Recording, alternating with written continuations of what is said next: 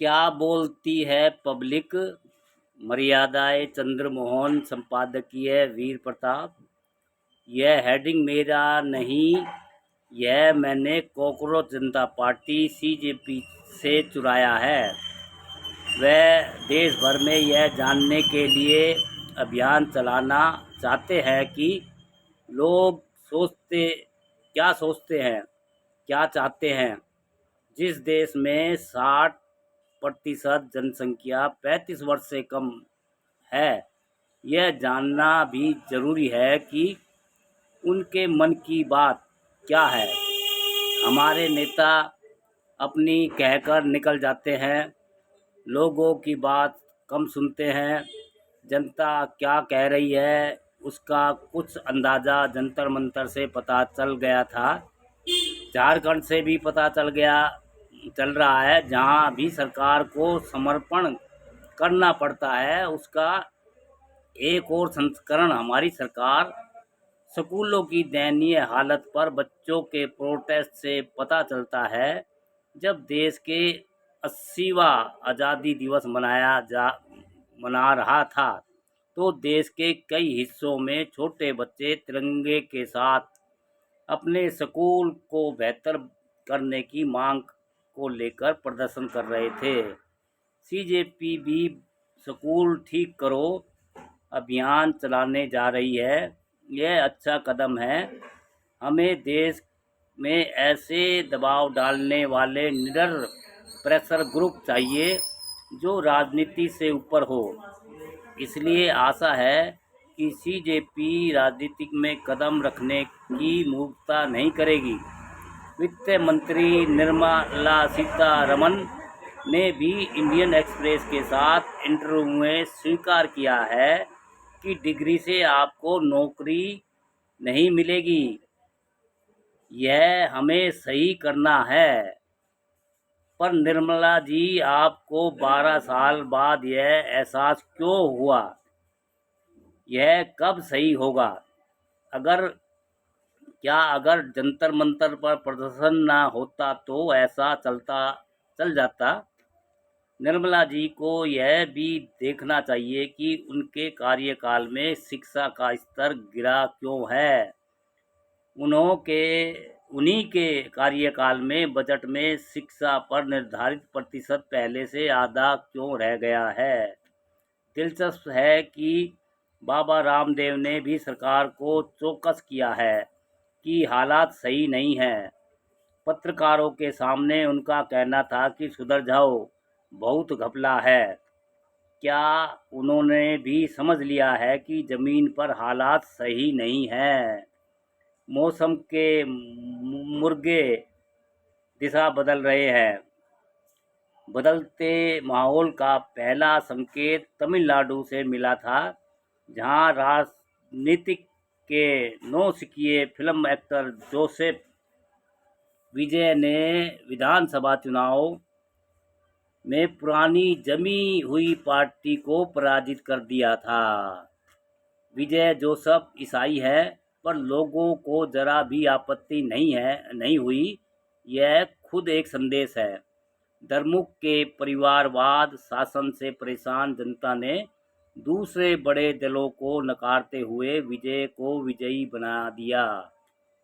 लेकिन पब्लिक क्या सोच रही है, यह बिहार के बांकीपुर उपचुनाव से पता चलता है, जहां पहली बार चुनाव लड़ रहे सर्वेक्षण विशेषज्ञ प्रशांत किशोर ने भाजपा को उस चुनाव क्षेत्र में चित कर दिया जो उसकी परंपरागत सीट थी और जहां से उसके अध्यक्ष नितिन नवीन लगातार जीतते रहे थे। बांकीपुर से भाजपा लगातार 9 बार जीतती आई है। इन 9 चुनावों में भाजपा को 60% से अधिक वोट मिले थे। पिछले साल नवंबर में हुए विधानसभा चुनाव में नितिन नवीन को 62% वोट मिले थे, पर इस बार उपचुनाव में घटकर 34% रह गए, जबकि प्रशांत किशोर को 49% वोट मिले हैं। एक साल के अंदर भाजपा के वोट में 28% की गिरावट आश्चर्यजनक है। जहां भाजपा के खिलाफ वोट पड़ता है, यह भी उल्लेखनीय है कि जनता ने प्रमुख विपक्षी दल तेजस्वी यादव की राजद को भी धुतकार दिया। राजद 29% से गिरकर 11% रह गई। चाहे तमिलनाडु का चुनाव हो या बांकीपुर का, संदेश है कि विकल्प की तलाश में लोग पुरानी पार्टियों से निराश अपना नया विकल्प खड़ा कर रहे हैं। बिहार में विधानसभा चुनाव में प्रचंड जीत के बाद इतनी जल्दी भाजपा जन समर्थन क्यों खो रही बैठी? क्या इसका कारण युवा आंदोलन था, जिस पर वहां लाठी बरसाई गई, AK-47 से फायरिंग की गई? नितिन नवीन ने युवा प्रदर्शन को टुकड़े टुकड़े गैंग कहा था। यह लोग कब समझेंगे कि देश इस घिसी पिटी शब्दावली से बहुत आगे निकल चुका है? युवाओं से बात करनी है तो यह हैगड़ी छोड़नी पड़ेगी। चुनाव के समय अहंकार दिखाया गया कि उनकी पार्टी चिन्ह पर कोई कुत्ता बिल्ली भी चुनाव जीत जाएंगे। युवा असंतोष से निपटने में भाजपा इतनी असमर्थ क्यों है? चंदा चोरी का मामला भी भाजपा को परेशान कर रहा है, क्योंकि परंपरागत हिंदू वोट नाराज है। असली बात है कि पुरानी राजनीतिक के दिन लगते हैं। राजनीतिक एक प्रकार से खुल रही है। लोग नए की तलाश में नए परीक्षण कर रहे हैं। बांकीपुर इसकी शुरुआत हो सकती है। जोसफ विजय और प्रशांत किशोर इस बदलाव के संदेशवाहक हैं। उनकी जीत बता रही है कि पब्लिक क्या बोल रही है। चेतावनी केवल भाजपा के लिए ही नहीं, सभी पुरानी पार्टियों के लिए है, क्योंकि संदेश है कि तमन्नाओं में कब तक जिंदगी उलझाई जाएगी। खिलौने देखकर कब तक मुफलिसी बहलाई जाएगी। नया चश्मा है पत्थर की शिगोफों पर उबलने को। जमाना किस कदर बेताब है करवट बदलने को। जमाना किस कदर बेताब है करवट बदलने को। बांकीपुर का महत्व केवल बिहारियों के लिए ही नहीं, बल्कि सारे उन भारतीयों के लिए है जो विभाजित और जहरीली राजनीति से तौबा करना चाहते हैं, जो व्यवस्था की अक्षमता, भ्रष्टाचार और संवेदनहीनता से परेशान है। नई पीढ़ी उन नेताओं को ढूंढ रही है जो सही बदलाव ला सके। भाजपा वह पार्टी नहीं लग रही। उन्हें तो अपना नवीनीकरण करना होगा, नहीं तो वह अपने कोर समर्थन तक सिकुड़ जाएगी।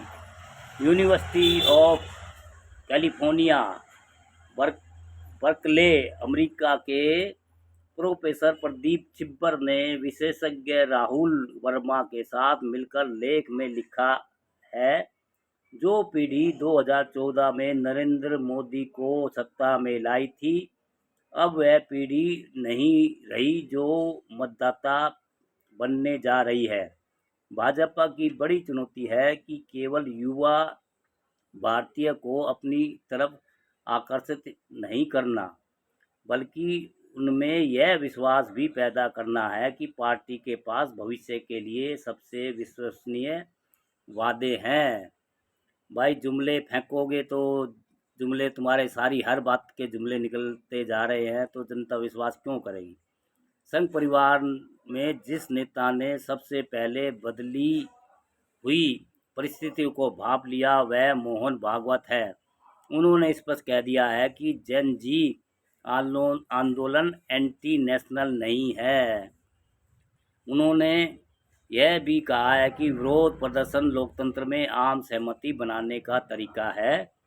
मोहन भागवत के विचारों का स्वागत है, चाहे जंतर मंतर पर जुलाई 20 की घटना के लगभग 3 सप्ताह के बाद उन्होंने अपनी चुप्पी तोड़ी है।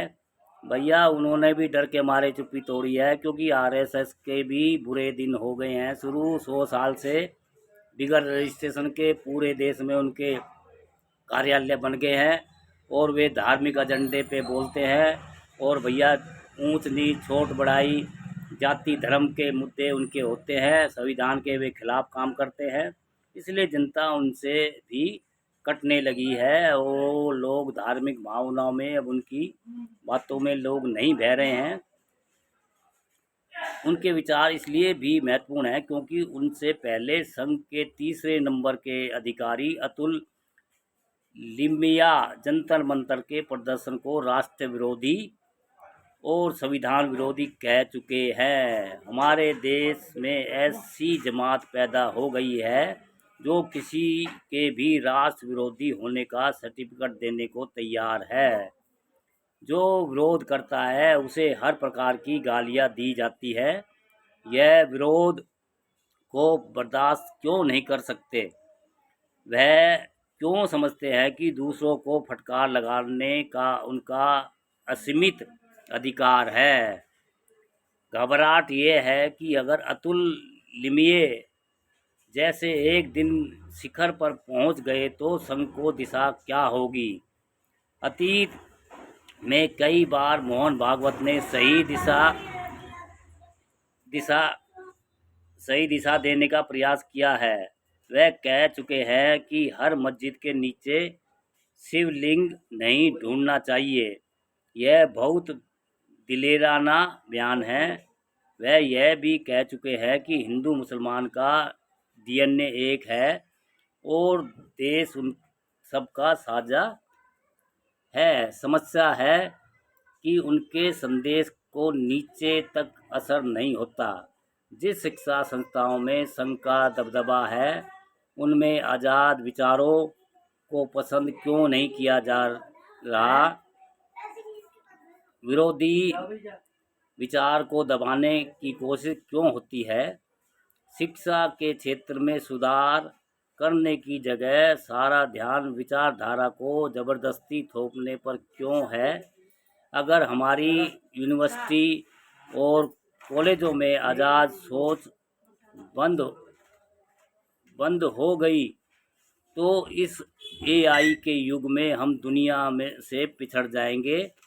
संसद का अधिवेशन लगभग बिना किसी कामकाज निपटाए समाप्त हो गया। 3 सप्ताह न प्रधानमंत्री और न ही गृह मंत्री सदन में आए। यह सिर्फ उस वक्त आए जब वंदे मातरम को हो रहा था। यह बहुत दुर्भाग्यपूर्ण है।